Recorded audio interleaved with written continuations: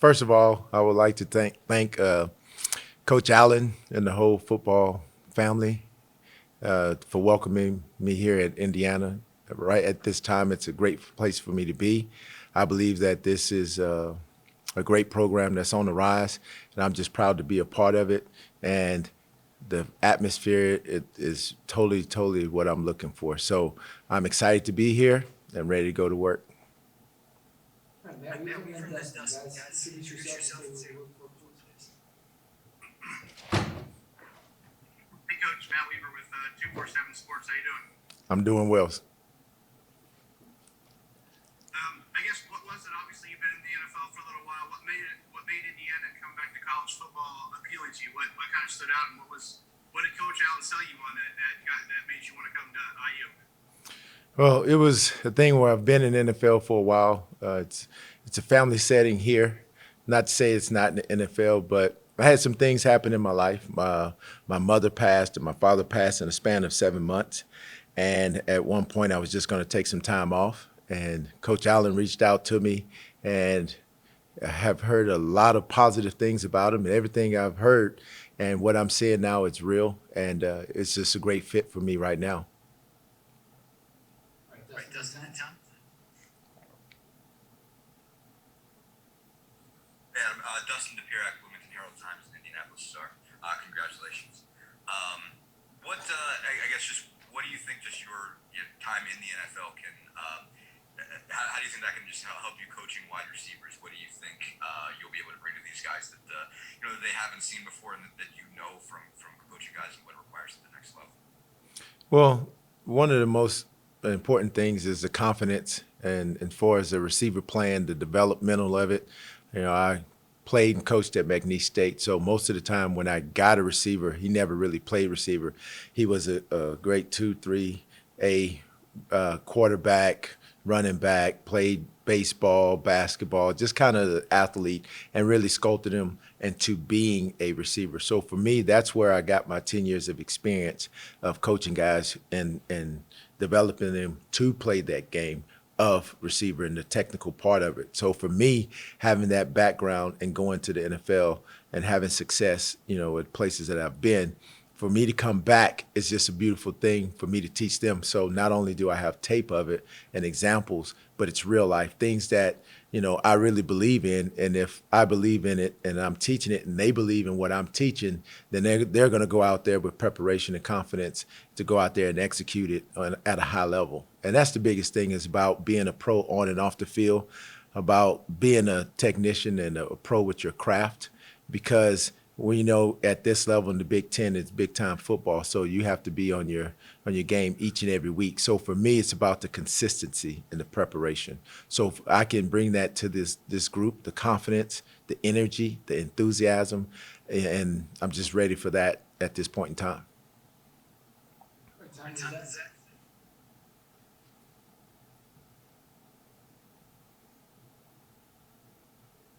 All right, looks like Tom's frozen. Zach, Keegan. I guess kind of along the same. Oh, sorry, Zach Oster, the Indianapolis Star. Forgive me, but Coach, along some of those sort of same lines. I mean, as somebody who's got an extensive background at the professional level of this game, what are some of the things that you think maybe can transfer skills-wise or teaching-wise from working in an NFL setting down to a college setting the best, the most effectively? Well, the biggest thing is Coach Allen always preaches, learning concepts, playing with energy and enthusiasm. So if you're a conceptual learner here, it's going to help you on the next level. So I may play outside, inside, different spots. So if I can conceptualize and understand what we're running and how we're running something, I can go inside and outside and move around. So you see the guys who have the most success, on the next level when they're conceptual learners. So you're only going to have 5 guys, maybe 6, dressed on a Sunday. So it's the next person up. It's not the next position man up. So if this, L or R goes down, then it's the next one. It's not like that. It's the next best person. So for me, the conceptual thinking, and bringing that to, the receiver group, especially the writing down everything for us, the note taking and the details of it. So it's all about being a pro because, if I come and approach meetings, the meeting time, the preparation is so important. So for me to bring that to the room and then bring that over to the practice field because we're going to develop those things. We're going to work those things in individual meetings, and then we're going to work them in individual, periods on the field. And then now once we get to a team setting, then they transfer over there. So remember that repetition is the mother of all learning. So we just have to get the reps in and then keep repping those things, the little fine details of it. Keegan and Sam. Hey, Coach, Keegan Nicholson with the Hoosier.com. In all your times coaching collegiately and professionally, what's something that you've consistently seen your guys do well, and what do you put an emphasis on? Well, the big thing is making plays. So I believe in running the ball, so I have no problem with that. But at the end of the day, we still have to make plays on the outside. So just like a running back in the NFL could rush for 2,000 yards, you can still have 1,000-yard receivers on the outside. So there's so much offense there. And for me, it's about getting the guys to make plays at big times. And so my guys normally in coaching, they're making big plays down the field and bringing energy, because when you have the energy and enthusiasm, then now that translates and that breeds amongst all the whole team. And so they're looking for the receivers to make plays. So it's a lot of it's confidence. So I mean, just like there's good hands, there's great hands, and then there's confident hands. So if a receiver is confident, then they're going to expand their catching radius so you can put the ball anywhere around them, and they're going to go out there and make a play. Good morning, Coach. Sammy Jacobs from Hoosier Huddle. I know you haven't been in Bloomington that long, but you had a chance to watch tape of the current guys you have at receiver now, and what are your early first impressions? I got in and real late and started watching a little bit on them, and been watching it with Coach Walt, and he was going over a bunch of things with me late last night. So I've been, at it pretty steadily. And so for me, it's just I see a lot of potential there. It's just the little details and, for as being on attack mode and understanding that I know where I'm going, so I'm going to take what I want. And so it's just a position of a difference of technique or how you approach the game. And so I'm pleased at this point. Today was pretty good. We we made some strides, but then there's some things that we need to work on. So it's early. And so for me, it's about stacking wins every day, right? Every day. So today, did I get better? It's not about did I do 5 or 6 things right? So I go onto the field and I approach, what's one thing can I work on to get better at? When I get in the meeting rooms, what is one thing I can work on and be more detailed in? So for me, and having that approach with the guys and selling that to them, a lot of things that I'm bringing to them right now, it's different, it's new, right? So we have to continue just to rep those things and continue to get better. So, and just put our head down and stack wins day by day. Tom, Hey, Coach, Tom Bruce, Sports Illustrated Indiana. Nice to meet you. Nice to meet you. Apologize for the delay. Kind of bump and run coverage by bad internet here at the airport. But I had a question for you. So the co-offensive coordinator tag is on your title as well as regards to wide receivers coach. What sort of ideas do you like to try to bring to the table in regards to plays or route trees or concepts in regards to that sort of part of your job as well? Yes, it's just help Coach Walt in any way possible. Things it could be situational football, third down, things that's in the red zone, conceptual thinking as far as attacking, because what we're doing is just seeing what we're good at. So just having the feel of the quarterbacks and the feel of the receivers and kind of picture some things of the spatial awareness of just being in attack mode on third down when certain defenses want to, play us a certain way and how to attack those things. So right now it's in the early stage, but we had, a couple of long talks about just being on the same page, and we're on the same page. And so it's going to be fun, to work with Coach Walt. Kevin, I guess one of the things that stands out on your resume is your time at LSU working with Jarvis Landry and Odell Beckham. I'm just curious about what it was like coaching those two guys and what hand you have in their development. It was a really a transition.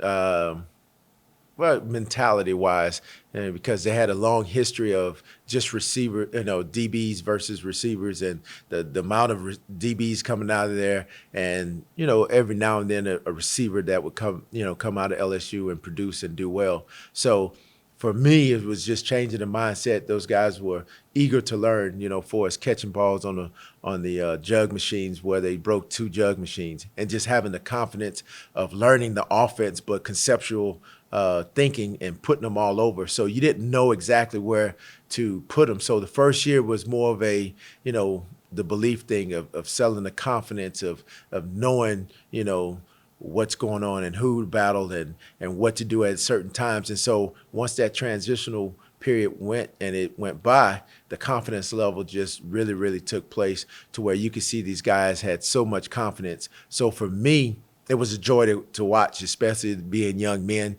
and going out there and just having that swag, as we say, to go out there and compete at a high level, not just be there. It doesn't matter what goes on or what's happening outside, but when you get on that field, it's just a safe haven, right, where you can go out there and just have fun and just let it go. And so for me, these guys, really put it on the line for me, and I just appreciate them for it, because a lot of times we always talk about coaching, and it is important about coaching, but it also, those guys went out there and played consistently on a consistent basis. Awesome. So high schoolers today, they look at the receivers like Jarvis Landry, Odell Beckham Jr. I mean, those are the receivers they grew up watching, guys like CD Lamb. I mean, so far as they model their game after those guys, what do you feel you bring as a recruiter, being able to go to those guys and being like, hey, I've worked with these guys and I've also seen what you can do? Right. That's a very good point, because I do have that on my resume, but not also, saying that, but also coaching that and having conversations of how to get you better. Most of the time, when guy has a certain skill set, how do you really cultivate that skill set and bring it to the next level? Because when you have success, all right, at this level, then that will transcend hopefully to the next level. And we all know education and developing young men, that's a forte of mine. I do have a master's in education and instructional technology, so I'm big into being a teacher. I'm a lifelong learner, love to read, just anything that I get to, as far as, it's not just football, but self-help books, but also developing young men, right? That's my forte, of just helping them on and off the field. And so when they believe in you and they know how much you care, then you can really teach them. So for me, it's about developing the whole person, but also football, as we know, is a big part, and that's the reason why they would want to come here. But then also have a track record of developing guys to exceed on the next level, not just being there, but being a day one starter and contributing right then and there. So for me, it was a fun time, because as that happened at LSU, you seen the trend where there was more and more receivers just coming out of the program. Matt, Dustin.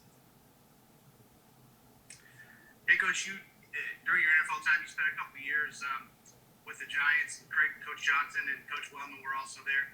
Did you reach out to them at all when you were thinking about coming to Indiana and just kind of get feedback from them? And then how does it much easier to make the transition that there's a couple guys that you've had prior working experience with?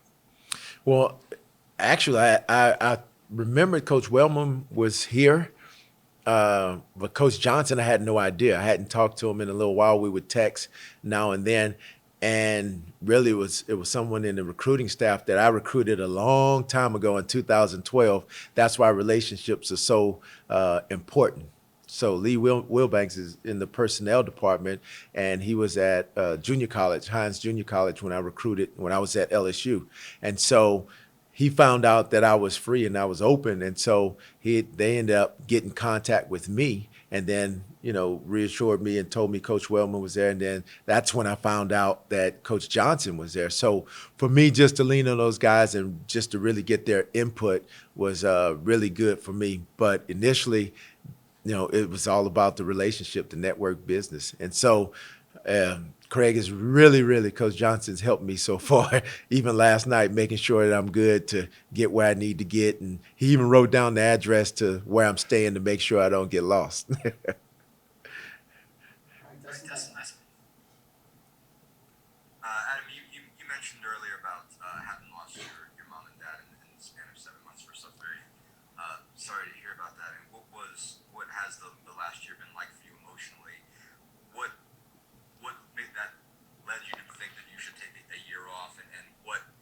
convinced you that you should work again now, basically, instead of deciding to go with that initial decision to just take a year away? Well, I'm real dear to my father.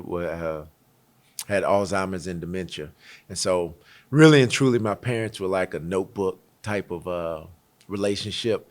They met when they were like 11 and 10. So I'm youngest of eight, seven boys, one girl, and when my father stopped knowing who my mother was, my mother just crushed her. So it was one of those things where she didn't want to be here anymore.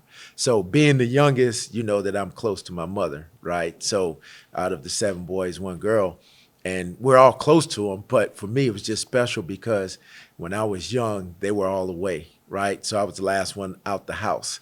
And so she was really the best coach I've ever had, my parents, right? So that's why I can manage a lot of personalities like Odell Beckham and Jarvis Landry and Amari Cooper and CeeDee Lamb, Anquan Bolden, Torrey Holt, all these people that I've coached because my parents did a great job of that in our home, of cultivating the relationships. And so for me, watching my mother, she didn't really want to be here anymore because my father didn't know who she was. So she basically willed herself in 8 weeks not to be here. And so then that happened right before camp. So we started camp early because we played the Hall of Fame game. So basically I buried my mother on Saturday, went home on Sunday to Dallas, and I went to Beaumont, buried her, went back to Dallas on Sunday. Monday went to work, and then Tuesday morning we flew to Oxnard.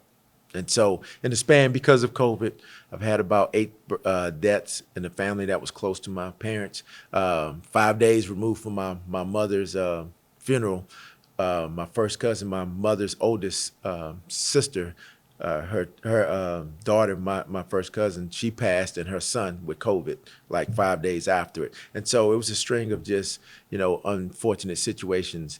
And so then I'm upset.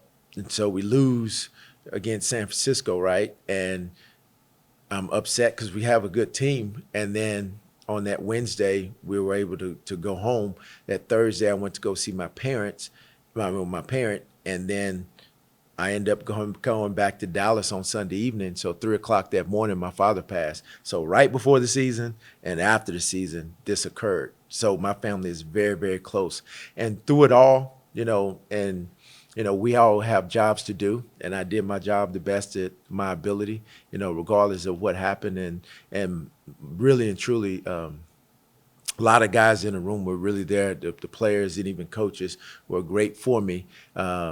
So it was one of those things where you're going to have to overcome certain circumstances. So for me, being an example as a leader, in my room as being a receiver coach, regardless of the circumstances, you still have to go out and perform and work. But I thought about just taking a break because, it had been, 25 years I've been at it and just never really, settled down. I missed 2 weddings, 2 brothers' weddings and funerals and get-togethers and birthdays. So there's so many things that you give up, as a coach, and willingly, and I would do it over again.